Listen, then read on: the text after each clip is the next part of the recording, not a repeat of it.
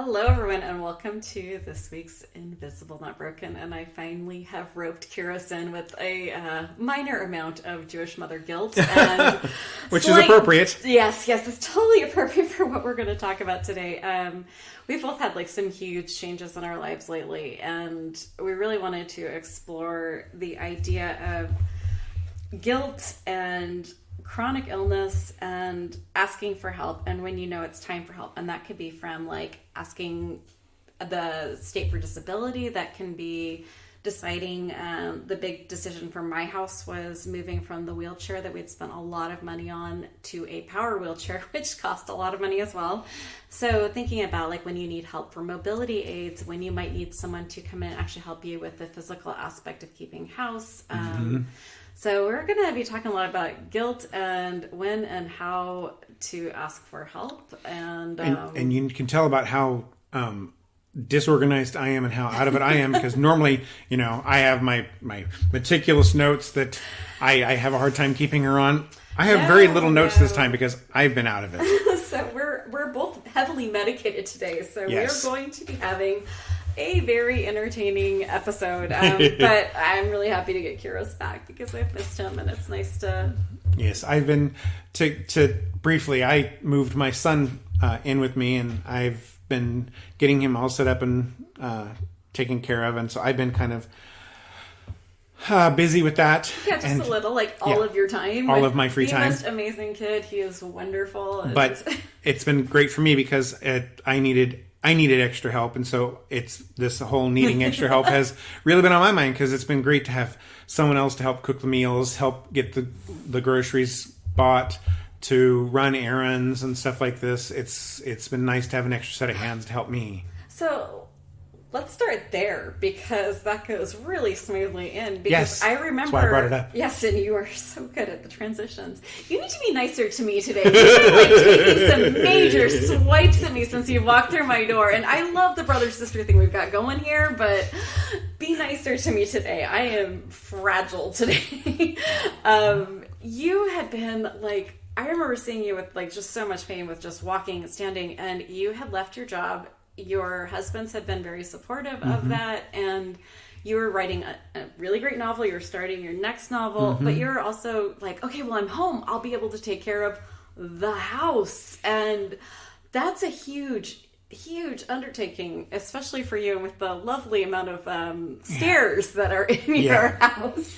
Yeah, so I have foot and knee problems. It was just one knee. Now the other knee has started to give out on me as well, and my doctor tells me that I need a knee replacement on my left knee, but I had to lose 55 pounds before he would do it. I've lost 25 of it over the holidays, no less, which was a neat trick. Good job. I mean, I was looking at the picture of you up on your living room, and I hadn't quite realized just how much weight you'd lost, but I mean, you've done an amazing amount of undertaking work for that. That was a lot of effort for you, especially during holidays. I still have another 35 to go, but you're getting there. And one of the big issues for you is also that with a knee and foot problems, it's hard to be active. Exercise is now limited to arms, and it's not easy to just go for an evening walk. And it's been mostly done through diet and biocontrol control.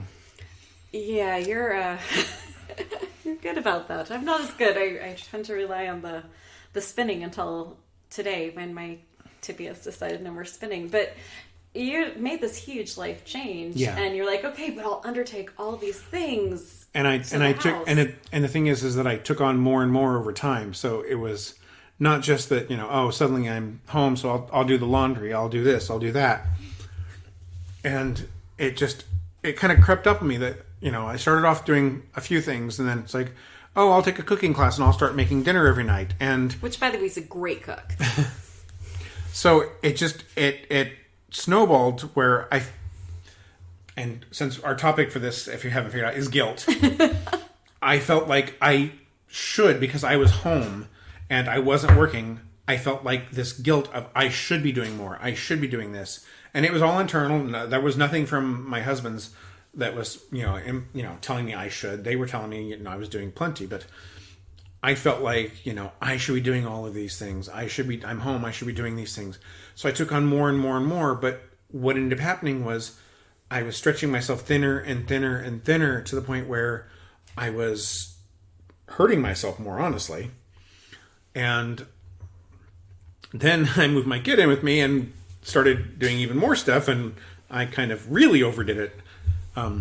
I described it as trying to hold up spinning plates, and it was like keep this moving and that one over there moving and that one over there moving, and I was running back and forth between all of them, and I went to get my passport renewed last Friday, and I know I'm kind of drifting off subject, but I'm so excited it's not me this time. yes, I went to go get my passport renewed, and I got to the passport office and realized that I had forgotten my old passport. I walked up to the window, and I told her I'd forgot my old passport, and literally broke down bawling because I had dropped a plate. And I don't know if it's like this for you, but I feel like when I've dropped a plate, the rest of them can't be far behind. Exactly. And that's like where my super levels of emotion get to this insane level. It's like, it might be the littlest thing in the world, but everything else can't be far from crashing behind that little thing. Well, and it meant that I had to go back, which meant another trip into the city. Yeah. Which meant more wasted time, which meant, And more pain. I mean, yeah, this is not an insignificant amount of pain for you to stand for any amount of time or walk just a little bit. Get to BART into the city, walk the 4 blocks there, stand in lines, and it's not an insignificant amount of pain to do that. So yes. And I feel like the physicality of you is also so against you because anyone who looks at you is like, hey, you're my guy to help me move the furniture.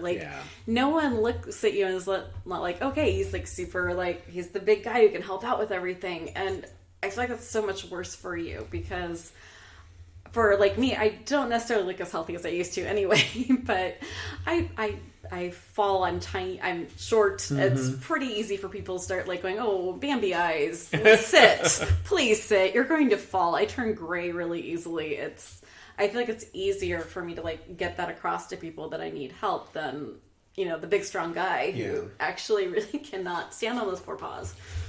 Yeah. And in doing the research for this, one of the quotes that I kind of ran across that really stuck out at me was, feeling like you're not sick enough to need help. Wow. Because you'll have a good day and you can do things on those good days. So you feel like, oh, well, I should do everything on that good day. But then you're completely flattened for 4 days afterwards. And,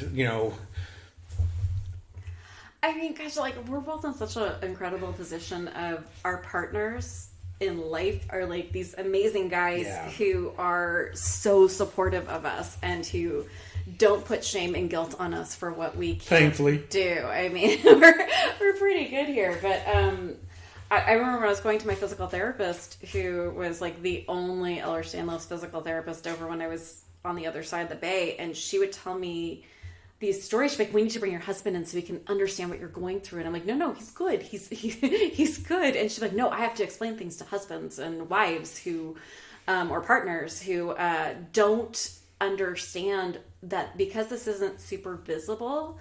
And because when people dislocate, you expect the screaming and the, the usual football reaction where a bunch of people rush out and then the person is now in the hospital and then they're getting surgery and then they're, getting recovery for weeks and weeks. Our dislocations tend to be a lot quieter because we're used to them. And so she was telling me how she'd have to explain to spouses and partners, just this person is not kidding. This is the actual physicality. So, at least for me, I can't speak for you, but the guilt level feels almost ratcheted up for me because my husband is so understanding and my kids have been so understanding and super wanting to help. And it's weird to reconcile the idea of the wife, the friend, the daughter, the mother that I expected to be, that I want to be, and what the actual reality is. So when there's a little window opening opportunity where my body might be able to do something, it's I feel like I have to rush in and become that person that I have as this ideal of what that person does, gets done, finishes, what it's all like. And I will say that my optimism might actually qualify as a mental disorder at this point because, like, I get really weird at what I think is possible and the amount of times I think it's possible when I'm on an upswing. Like, of course I can do this for you and everything, and I'm always the first person to jump in and go, yes, right now, absolutely, I will. I could start a business from bed. I could start a podcast from bed. Absolutely. What's wrong with that? I'll start another podcast from bed while I'm writing a novel and homeschool my daughter at the same. This is all possible. And you want to start a video thing too? Remember? Well, no, I mean, it's not really Hello. different. Did you not just pitch a video idea to me when I got here? Hello. I waited till you sat down.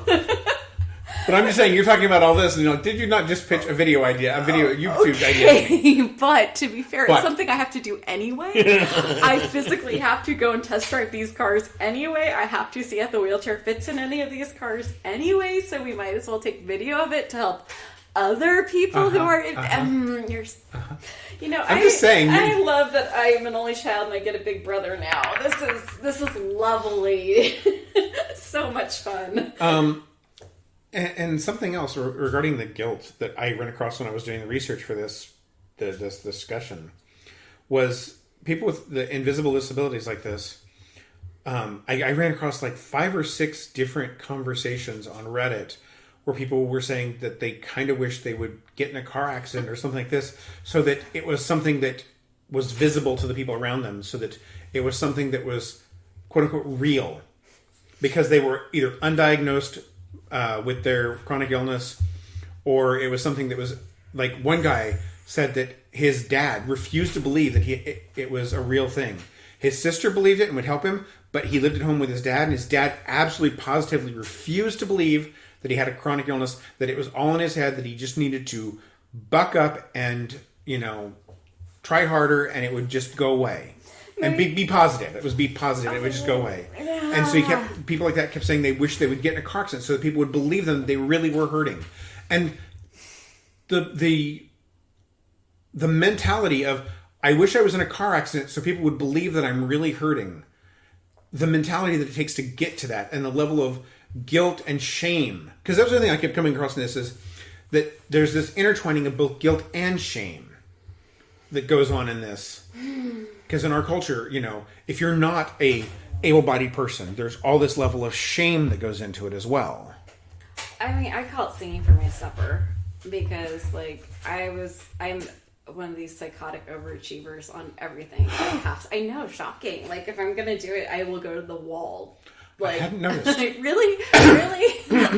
I get pit bully about things, but I hadn't noticed. Oh yeah, shocking. I know. But I call it singing for my supper because I feel like I owe entertainment to those around me, that I owe so much to the world for taking up this space and the resources, and my family. And please remind me, we're going to circle back to the wheelchair because I know that comes in, and I don't want to go off track here before I get kicked. I don't have enough of a track for you to be... Oh, good. I'm so glad. I had too much brain fog. I didn't get a good enough outline, so I'm not going to get on your case about being off track. Seriously, neither one of us had any sleep last night. No. I had like night terrors where I was just waking up like every few minutes. It was awful, but we are going to push through this just to prove that guilt and shame is alive, and we'll absolutely get through this. And I'm on a new med that made me feel like I was being just all over ache all night, so I kept waking up in pain. So I didn't get a whole lot of sleep either. And I had to prove to my pharmacy yet again that they are not my doctors, and I need my medication. So we can go to guilt and shame about trying to convince pharmacies that you need your meds. But what you're saying about like it being invisible, and like I want this one reason to have something that other people understand, because it's a weird thing. It's like for a lot of us, it's being healthy and then suddenly being just cut down, or at least being able to fake being healthy enough that when it gets to a flare that you're no longer capable of pushing through it, all of a sudden you're shocking everyone around you. And it's nothing that you can go, look, I had a car accident on this date. I fell off a ladder on this date, where people go, oh, well, of course, absolutely. I've got it. You're going through your recovery state. Your doctor knows best about your recovery. But when it's something that is so amalgamous and strange, it's, there's not a definite. And There's not even a definite for like, this is when I need my wheel. This is when I will need to move to a wheelchair. This is when I will need to move to a cane. This is when I will need to stop working. This is when I will need to file for disability. This is when I will need to get someone to work in the home to help me get chores done. This is because our big thing was I spent about $12,000 for my last wheelchair. And we figured, oh, okay, well, we're going to put that $6,000 motor on the back of it, so we'll never have to get another wheelchair again. But we totally misunderstood where my joints would be in my upper body. And that's where I get jealous of car accidents too. I mean, this is like super like underbelly pink, underbelly shivering. Like, I'm sure people will write all sorts of hate mail about this one, but my big thing is I want to be excellent at everything, including wheelchairs. I want to be the best at wheelchairs. And you see all those cool people who are out there dancing in their wheelchair, or, you know, at the skate parks with their wheelchair. I want to be one of those people, or at the gym with their wheelchair, you know, like those super inspiring posts of people doing their like chin-ups from their wheelchair. And I'm like, I want to do that, but it's my entire body that does not. Yeah, I'm gonna say it wouldn't help with you because you'd go to chin up and you'd dislocate your wrists or your shoulders. And I will neither confirm nor deny that I've actually done that at the gym and had to get someone to pick me up because I couldn't drive home. That absolutely did not happen. So it's you can't see it, but I'm sitting here shaking my head. He's shaking his head. He somehow thinks that this will actually translate this look of pure disgust over to this. No, it's not disgust. It's this. Of course you did. I should have known when I said that of course you had already done that. Yeah. So I mean, like, the thing is like, well, I'm now taking income away from my family because I had to make a snap decision that I was going to leave my business. And there was no doctor that wrote that note that said, you are now too sick to work. The doctors have been saying that for a very long time, and I've been ignoring them. But I'm the one who made that final call. And that was really hard to make that decision. And to make the decision to use a cane publicly was one of the most terrifying things ever. Like, I am now going to make myself super vulnerable because we were just talking earlier about, like, with people with their cell phone cameras. Yes. And maybe I'm paranoid, but it's really easy to become a meme of, like, you know, where someone takes... Yeah, go ahead. The classic one of the person in a wheelchair that's standing up to grab a bottle of liquor and they go, oh, look, you know, there's a miracle on aisle 4 or something, you know. So, like, all of a sudden, like, it's, like, almost... Like, for me, personally, the experience of being pregnant was not that different, where all of a sudden everyone had a judgment of what you're eating, what you're doing, how you're moving, what you're wearing, whether you should sit, stand, walk. It was like all of a sudden my body and my condition became public opinion. Yes. And I wasn't even sure what my opinion was. Like, that was probably one of the most difficult things. And trying to create your own idea of what you can and can't do when everyone else is weighing in on it. Yeah. That gets really, and that was one of my mom and my biggest arguments, because she's become like pretty much my caregiver during the days, was like where I'd want to go try something and see if I could do it, which Kyrus can tell you, it's again, optimism as a mental health issue. I get injured often when I get optimistic, and she does. Yes. I've been talked out of horseback riding and oh good God, bicycling in the last 2 weeks. So I am listening to reason right now. Right now, for the moment. So it's hard to like decide when you're going to take up like the amount of, well, especially like one of my biggest guilt things was going on disability.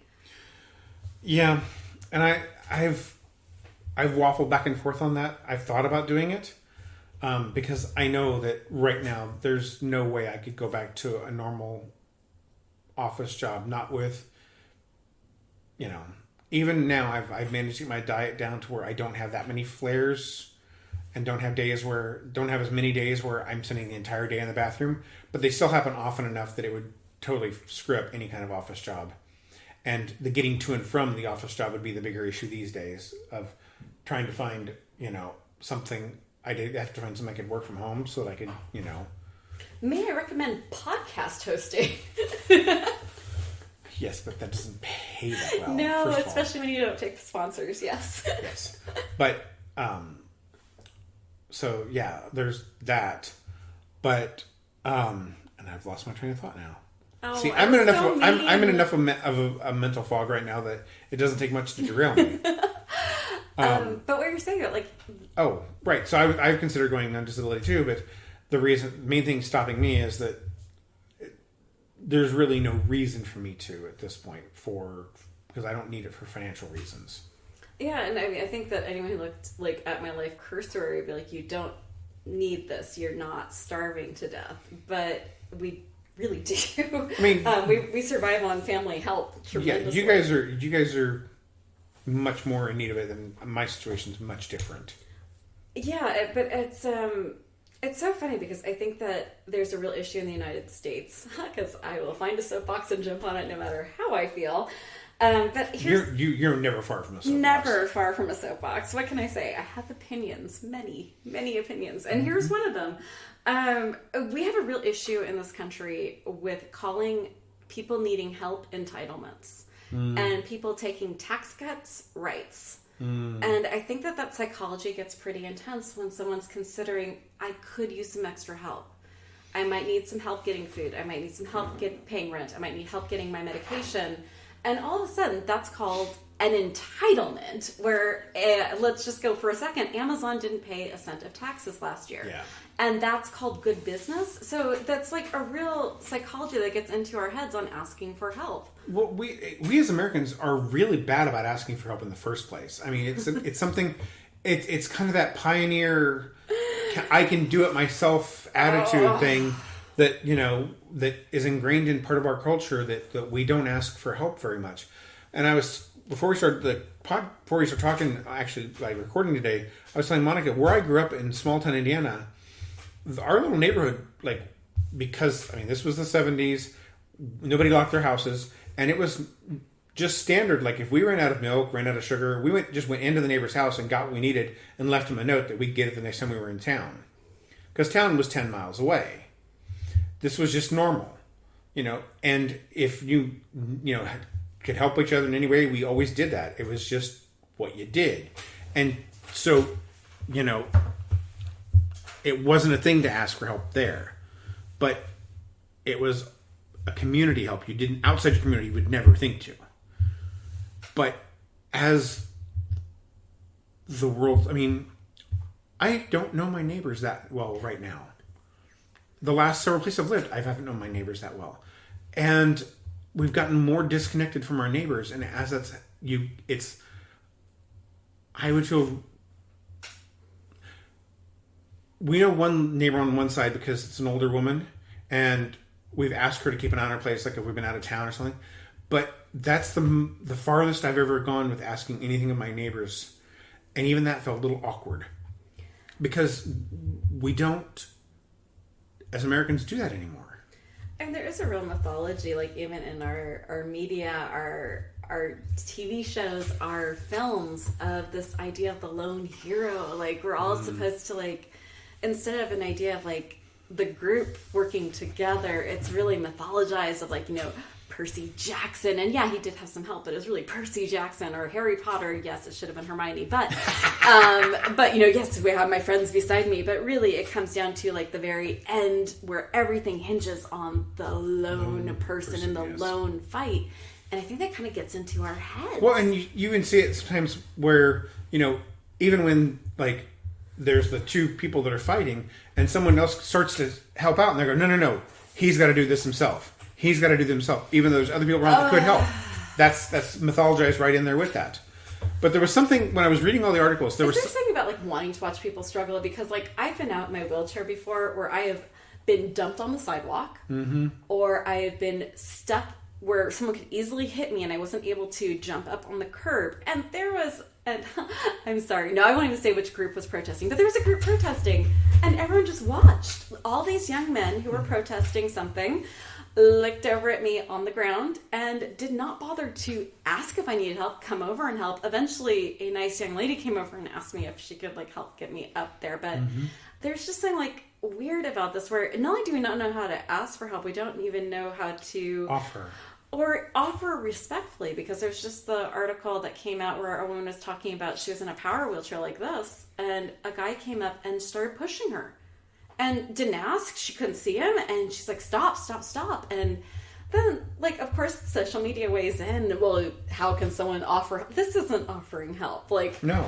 And there's respectful ways to ask for help and offer help. And yeah, I just feel like there's a lot of confusion right now with entitlement. And there was something that occurred to me, and this was just, like I said, I did a deep dive through probably 30, 40 articles in prep for this I feel podcast. like you need like emotional support after reading all those articles. Yeah, Like, kind of, maybe. yeah. But there was a thought that kept running through my head.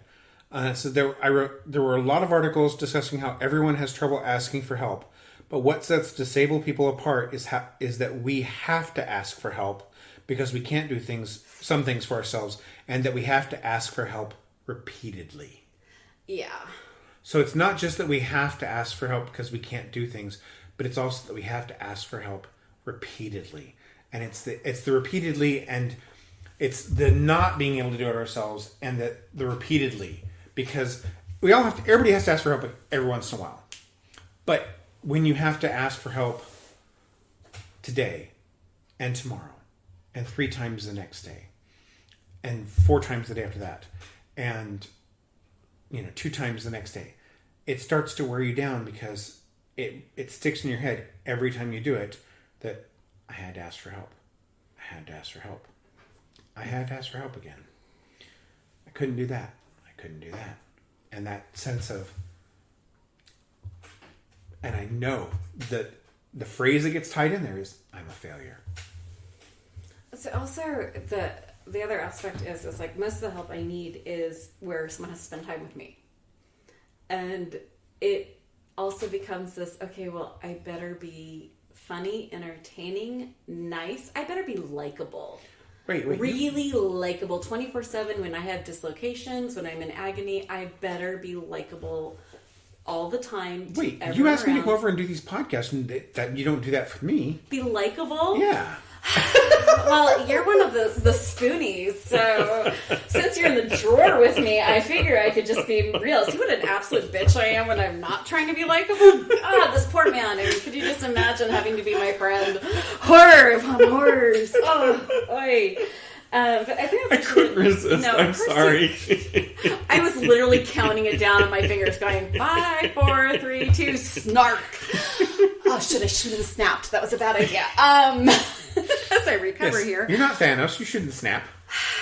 Well, I can't do the proper drag queen snap anymore, so it's really no point.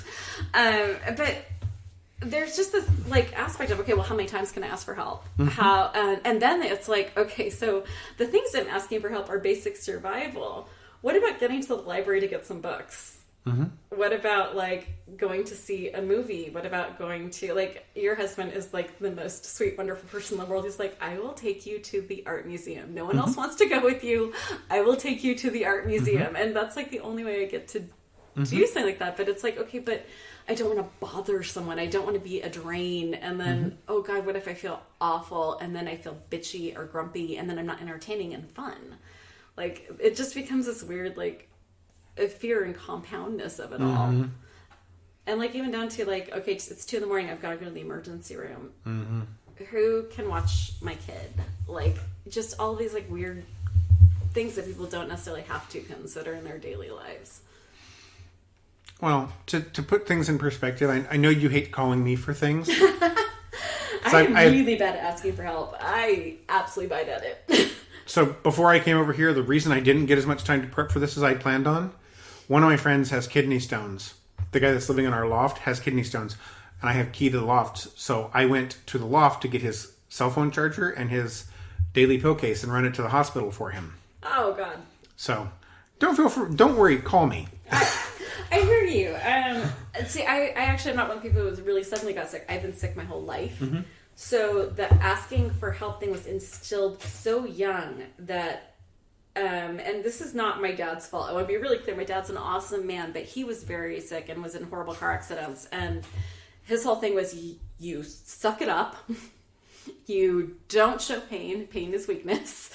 And you handle it. And then I have an incredible side of the family with my mom where being able to have surgery without taking even an aspirin afterwards is mythologized in the family.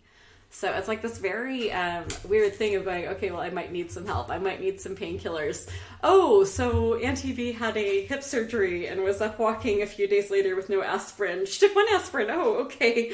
It gets very crunchy when you're, when everyone around you is telling you how great it is and how strong it is to not ask for help, to not show that weakness.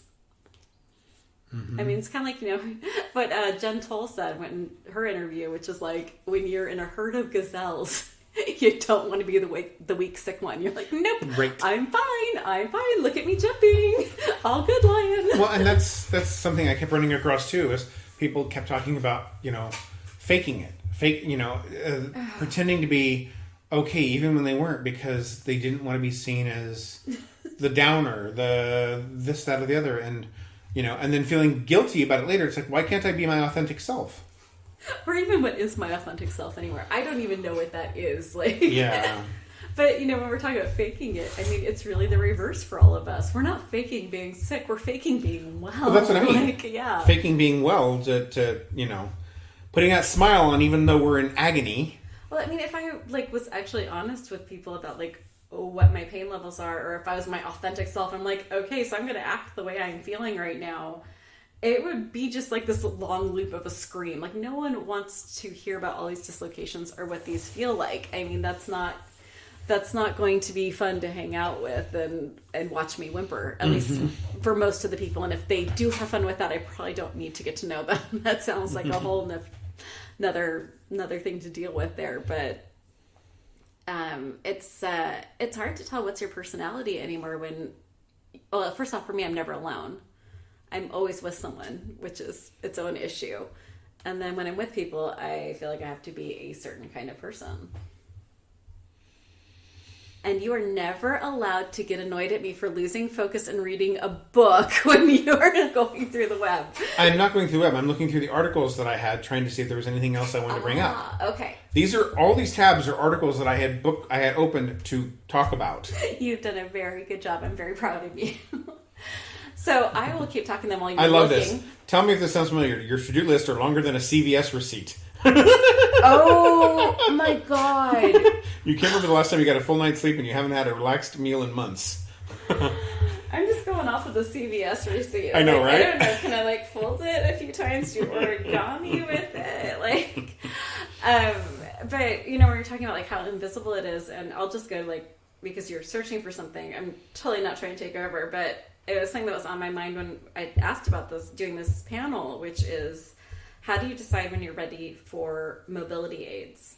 And when it's not an event that happened, when it's not a specific surgery, when all of a sudden it's like, how do I define that I'm walking today, but I'm going to cry with every step? When do I make that choice to move over? And there's guilt and shame, just like you talked about with both of those, because I felt a tremendous level of shame using a cane. That first day of walking out with a cane, that was I have not felt that conspicuous since my first day as a freshman in high school.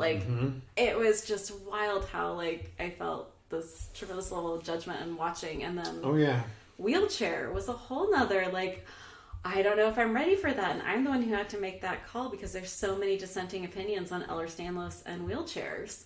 And I'm going to talk about a friend of mine, and I'm not going to name her because this is her story, but I do want to kind of put it out there because she was told to keep walking even with her Ehlers-Danlos. And her doctors feel like she's overweight and they want her to keep exercising and moving.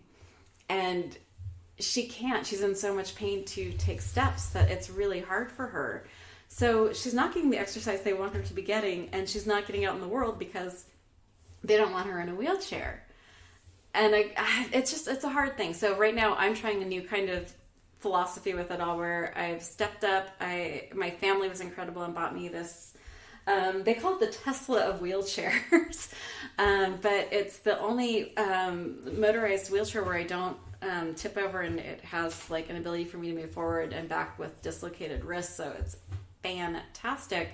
But what this is letting me do is I don't stand anymore. I don't walk anymore except for my direct physical therapy. So I'm really hoping to see if I stop injuring myself with forcing myself forward, maybe I can make some bigger gains in my physical therapy. Nope. I know you too well. Well, no, I'm not going to tell you. I'm sure you're right. Stop that story right now. It was an emergency. There was a missing chicken. I've seen you dislocate just drawing, so I've only been out of this chair to go to the bathroom, and because my daughter came running in going, "We're missing a chicken," I had to make sure the chicken was not, like, ready for KFC.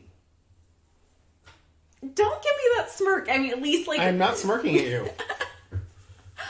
So that was it. The rest of the day, I've been in this wheelchair. I've been very good. I even walked Kirk in the wheelchair. Or we need a new word for walking dogs in wheelchairs. There needs to be like rolling the dog. That sounds wrong. Took the dog out for a roll. Took the dog out for a roll. Yes. Well, the dog was walking. You weren't. No, the dog was walking. Dog is very mildly concerned about this new walking arrangement with a chair. Speaking of guilt and shame, I do need to have a discussion with neighbors who decide that the sidewalk is an appropriate place to park, and that it's okay for them in their driveways to leave their cars into the sidewalk, which means for anyone in a wheelchair, I will have to go back an entire block to find the one area where I can safely get to the street and then go around their car. So there's going to be a little guilt and shame as I passively, aggressively knock on doors and go, please, please, please, please, for my health and yours. Well, my health, not theirs, but... Oh, health of their vehicle. You are a much more threatening looking person than I am. You're like, oh, look, it's a Disney character at my door, and it's in a wheelchair. How darling. No, I don't. I have zero gravitas to me. I would just get like little like obnoxious stickers, and when they were parked in the thing, I would just put obnoxious stickers all over the back of their car. You would. As far as you could reach. Never do that.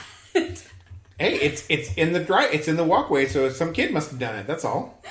We do have a lot of scamp-like children in the neighborhood. It's in the sidewalk, so some kid on the sidewalk must have done it. I was thinking of going more for a what was that show? The Sopranos. When he was like mad, not that I would hurt anyone, but when he was mad about something, he went outside of the house and just had his people stand outside with boom boxes and just play really. I mean, Justin Bieber. Yeah, what you do is get little wheelchair stickers. So when they're parked in the thing, just put wheelchair stickers there. Oh. See how many you can collect the whole set. Yes. I mean, like, so here's how paranoid I am. I'm like, I don't want, because we have a lot of crime in our neighborhood. Yes. And so I was talking to my husband about, like, I really want people in the neighborhood to know I'm in a wheelchair, because in front of our house, people always park in front of our house, which is totally reasonable. It's a free area. Yeah. But it does mean that someone who's in a wheelchair can't park in front of their house, right. And it becomes this big safety issue for me to get to the house. I'm like, well, what if we like put a little sign? And he's like, that kind of like, makes you a very big target for like, yes. Oh, I don't like any of this. There are no good options right now. No, well, unless you put the disabled thing out there along with the house protected by guard dog. Guard wolf. Kirk is a really good deterrent. It's like 100 pounds of fluffy deterrent. And he barks really loud. He does. He sounds terrifying. I would not want to mess with that dog. Well, I wouldn't want to mess with that dog if somebody tried to hurt you, that's for sure. Yeah, he gets He gets very protective. He has this weird thing of knowing when I'm in pain or in a very bad state. Not that I'm not in pain all the time, but when things are really bad, he sits himself in front of me, and Stu's not allowed near me. My daughter's not allowed near me. Like, no one is allowed near me. He will just plop himself there. And that makes me concerned when we go out in public with him, because he gets, we don't have neighbors who take meticulous care of their animals. Mm-hmm. And I'm trying to say this as nice as I can. They let the dogs run free. Yes. Yeah, I know. I saw when I pulled up because it ran out in front of me. Yes. And I almost hit it. Oh my God. It's driving me insane, because they're actually really nice dogs, but they have no control over the dog. Mm-hmm. Like, they call out the dogs like, hi, that was funny. And I guess this kind of ties back in with our service dog issues because Kirk is not my service dog, but he, dear God help me if he was, I'd be in so much trouble. But he, when I'm out with him, it gets so dangerous when like a dog comes running up to him and I'm holding Kirk's leash and he's really protective and he'll jump in front of me to keep the dog from jumping on me. And now we're in a legal gray area of issues where Kirk gets really protective and worried about me. But yeah. So I guess that's one of the other things we're talking about as a family is service dog, because I'm getting to a point where getting my medication is iffy and getting doors open is questionable. And like, it's just this question of like, well, there's only so many spots. There's only so many dogs at the place I would want to go to. Are you turning into me? Did you just pop your ankle? That was my knee. Yeah, copycat. I love this. This is so fun just to disappoint someone so well. So I was just feeling like, I don't know, like when is the time I actually put our name in? It's 3-year wait list. They have a very minimal amount of dogs, and I know I qualify, but I feel like maybe I'm taking that space away from someone who might need it a lot more. See, and this is that guilt again, and you're right. But if it's a 3-year wait list, I think you should get on the wait list personally, because I know where you're at with your problems, and I think 3 years, you need to seriously think, at that point, you are going to need help. Yeah. Because considering how old O is, you're going to need help at that My little time. fluffy girl. Yeah, see, that's been a big discussion with her because she is so responsible. And she feels so responsible for me, and she's a preteen, and we're having these discussions with her of like, when you're thinking about your future, you are not my caregiver. Yes. You have a big, exciting, wonderful life ahead of you. I want it to be everything you want it to be. I am not your responsibility. I want to get really wonderful letters from all over the world. Like, whatever you want to do, we're supportive. We just don't want you to feel like this is your responsibility. This should not limit you. But the problem is we have the dire wolf, who I can't imagine introducing any dog in here. Like, he's jealous of Stu. Yeah. It would be hard. But I just wanted to put that out there because I know a lot of people are like, but there's so many limited resources. How do I justify taking that spot? And how do I know I'm bad enough for that spot? Like, that's always the big question. Like, Well, knowing your situation like I do, and how often and how bad your dislocations are, and how if you were here by yourself, yeah. you couldn't get to the door to let somebody in if you fell. No, and that's happened. I know. Yeah. And so having a dog that was trained to be able to open the door and let someone in, Yeah. if you needed help, would definitely be... Seriously, at this point, it wouldn't have been a question except that we have the wolf. I know. The very jealous, lovely wolf. Who would have to be socialized and learn to deal with it. Yeah, he's a sweetie pie. But yes, I just wanted to bring that out there because it's such a question, especially when we're talking about service dogs, where there's been a lot of decisions from people on what qualifies as a service dog and whether that is needed around. And I don't want to make judgment calls on that because as much as I talk about mental health and like the depression I have, my depression is not to a level that I would need an emotional support animal. Yeah, but that's different though than a it is service. very different than a service dog. That would be like for being out in the world that is so completely trained. It was really cool though. I'd have to spend 3 weeks at the dormitory because for 3 weeks the dog is socialized to you. They train for very specific tasks. So you're thinking about how I'm going to deal with the dormitory for 3 weeks, aren't you? No. What was the eyebrow raised with that smirk? Because you sounded so excited about the dormitory, and it's like, oh dear God. Okay, well, I never got a dormitory experience. Uh-huh. I worked 3 jobs through college, so I never got to live in a dormitory. So I'm having So when you said that, all I could think of was the traditional. It was my college years were a phase. Anyone who has known me through my entire life Exactly. just started laughing and clapping. I would not call any of that a phase. Exactly. That's why the eye roll was like, oh God. But I think it'd be really fun to get to meet new people. There's dogs. I love dogs. I think it'd be a really good experience. And I'd get so much writing done if I wasn't home. Yeah, me too. Yeah, that book might actually get finished. Did you see there's... Oh, God, I forgot what book it was.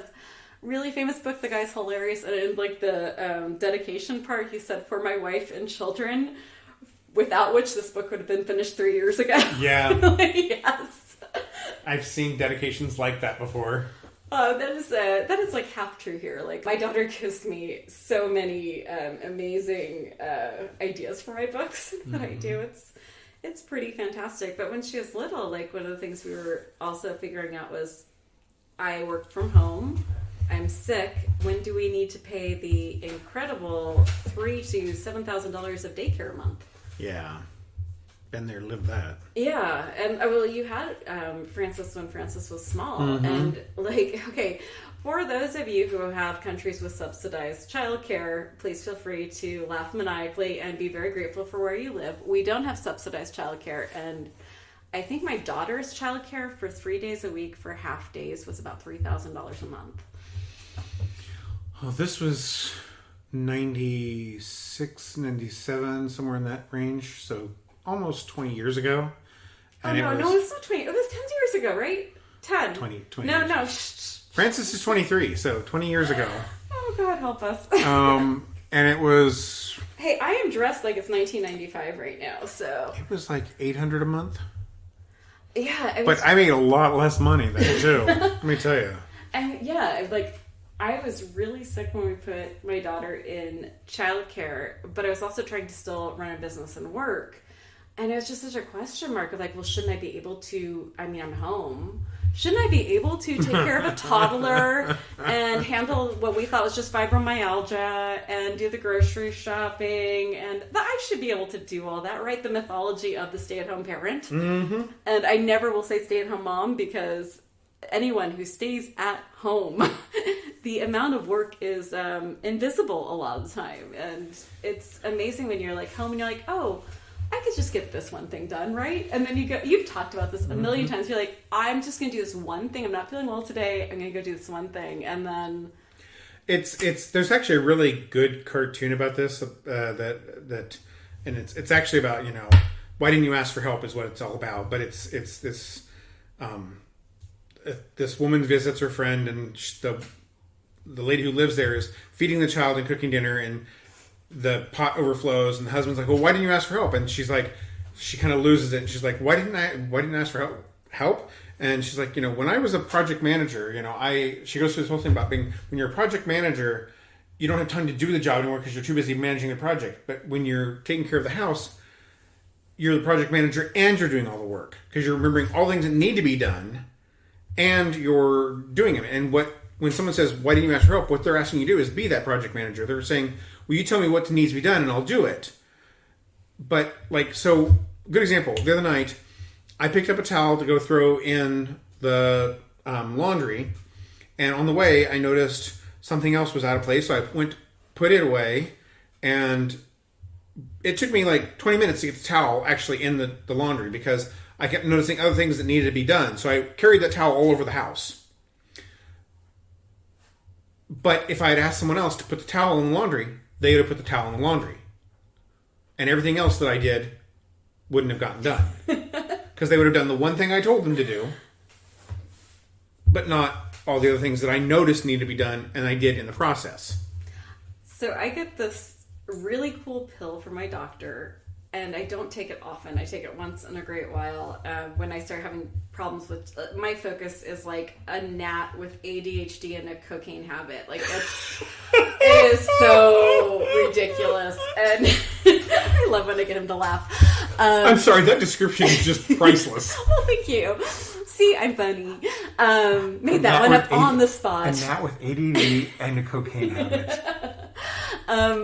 But I get really bad when I don't take this medication for more than like 6 or 7 days. And whenever I take it, it's really cool because the focus is instant and amazing. And all of a sudden I'm like, oh my God, this is how people adult. This is how someone actually decides what they're going to do for the whole day. And they can actually make a phone call and handle bureaucracy.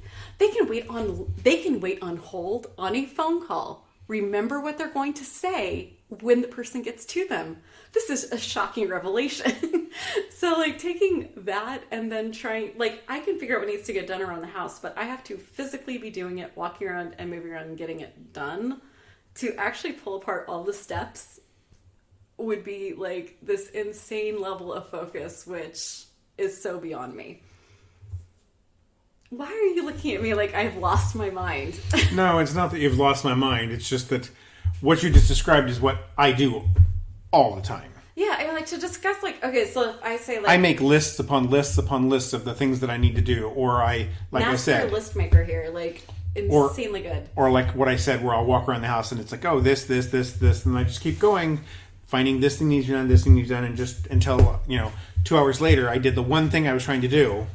Do we get a quick moment for, and if it's not done by us, it's not done correctly? Yeah, that. Like, I'm not going to say who, but there's a basic way of doing a dishwasher. If you've ever put a puzzle together or played Jenga or Tetris, there's a basic way that you can actually put dishes. And I know this is shocking, but you can get a whole bunch of dishes in if you sort of like have an artistic plan. And then there's the chaos theory that seems to happen where there's like 8 dishes and it's suddenly full. You do know my husband listens to this podcast, and I already just by... Hi, husbands. I love you guys. Describing the fact that, the whole walking around the house doing all that stuff, and that if I tell one of them to do something and they only do the one thing I say, I'm already going to be in trouble for that. So, you saying about doing things the right way... this is my house. Okay. I was just talking specifically for me, my house, and I am the pickiest eater in the world. I am horrible. And there's very certain ways I like things, and there is so much effort on my wonderful husband's part to make sure it's done the way I like to eat it. And if I don't actually get my tail in my wheelchair and get to the kitchen, he has very interesting ideas of portion control. So it's yeah. Or should we stop this before we both like either fall asleep, end up in some sort of like... We should kind of go back to the whole guilt thing that we were... It's our Are actual you topic. Guilting me about getting off topic? I think maybe. you are totally guilting me about getting be. off topic. But you did too, so... I know. No. Hey, that's fine. All right, so back to guilt. Back to guilt. So... Excuse me. The thing that's really stuck with me with all the articles that I read is just how much it's an overriding thing that so many people, especially people with invisible disabilities, have this feeling like I should be doing more, I should be doing this, I should be doing this, and it doesn't seem to come from outside as much as it does from inside. And part of it, I think, comes from this thing we've talked about before of missing your old life. I used to be able to do this, and I can't now. And there's this guilt that I used to be able to do this, I can't now. And still trying to hold on to that old life tooth and nail. And so a lot of the guilt comes from, I can't do it anymore. I mean, also, like, just the scratches behind the ears, like, feeling sparkly, like, feeling useful and amazing and impressive, like, all of those things just sort of go away. And, like, running this podcast gives me a lot of the scratches behind the ears I need, but it also gives me a ridiculous level of guilt. Like, just to, like, break down and be super honest on this episode, like, I have had 2 people in the last 2 months I've disappointed horribly because of the podcast. And one person, I missed their appointment twice to record. I had started new meds, and I screwed up. I apologized each time, and at the end of it, I couldn't possibly ask this person to come back because I still wasn't convinced that I could remember our appointment time. And then the last person, I'm not sure what exactly went wrong, but they were very sure I disappointed them, and that's hard. I hate disappointing people. But I have to be really honest if I'm going to run this podcast at all. Like, a lot of the times I do, this is a huge undertaking. Mm-hmm. And While Curious was gone, it was all for like 6 months. I was one woman show here, and it was, I actually looked, and it was. I came back and did our group ones every couple of months, but I wasn't here consistently. yeah. No. Well, no. So like the day-to-day stuff is like Yeah. what I do is like all the social media, all the links. And you did ask me to posting help, step in everything. and help, and I flat out said I did not have the bandwidth to help. Which is totally understandable, but like I actually emailed to this one person who really kind of took me to task for something I wasn't really sure I'd done completely wrong, but since they felt very certain about it, that's fine. But there's been times I've been ready to have to walk away from this just because I realize that I'm so vulnerable to disappointing people. Like the reason I'm on disability is because I literally cannot guarantee I can be anywhere for any definite amount of time, which basically makes me completely unemployable. And I don't know how long I'll be able to do anything, or if I'll suddenly have to go to bed and sleep for a long time, or if I will be unconscious from POTS. So it pretty much guarantees me that I'm going to be disappointing people doing this podcast, but I've really just kind of come to a place of, I think this is an important podcast. Some of you have been so kind and written these incredible emails and comments about how much this has helped you at 2 a.m. And honestly, that's why this podcast is still on. There's been plenty of times where like, I can't do this. There's no way. I'm disappointing people. It's the worst feeling in the world. I don't have the energy. And then someone sends me this gorgeous email about how this helps. And I'm like, I will totally do this. Absolutely. So please don't ever underestimate that. But I've come to a place where this seems to need to exist in the way that we do it. There's some really great other ones out there. If we annoy the hell out of you, feel free to email me. I will give you some suggestions. But we've been called very real, snarky, funny, helpful. And so I kind of feel like this is something that we're doing. And I am sorry, but I have to be okay with disappointing some of you. And I hope you guys are really gentle with me. Like I say, I have 3 feelings left. Thank you, Carrie Fisher. And 2 of them have gotten very wounded. So please be gentle and understand, like, we aren't kidding when we say we're sick. And we've both gotten significantly worse over the last few months. Well, and that's the thing is, typically with chronic illness, you don't get better. You get worse. And since we started this, of happy. since we started this, you and I have both gone downhill some, and it's made doing the podcast harder. And it's And thank you, Eva, for coming in and starting to help this month. Yes. I love you, Eva from Willacopia. You are wonderful. But that's the thing, though, is that it has gotten harder for both of us to do this. Yeah, so And be gentle and nice and patient with us. I think that kind of wraps us up right I think there, we have to wrap up before we both start whimpering and crying on air, which I am not a big fan of doing. But something you said kind of struck me as funny, because when you were describing, you said, be kind to us, be gentle to us. But that is our tagline, is be kind. I would love to say I was clever enough to, but I have not taken those focusing pills in about 2 weeks, if you can't tell. So, if you want to send us out with... I will send us out with be kind. Be gentle. Be a fucking badass. Be a fucking badass. And be nice to us.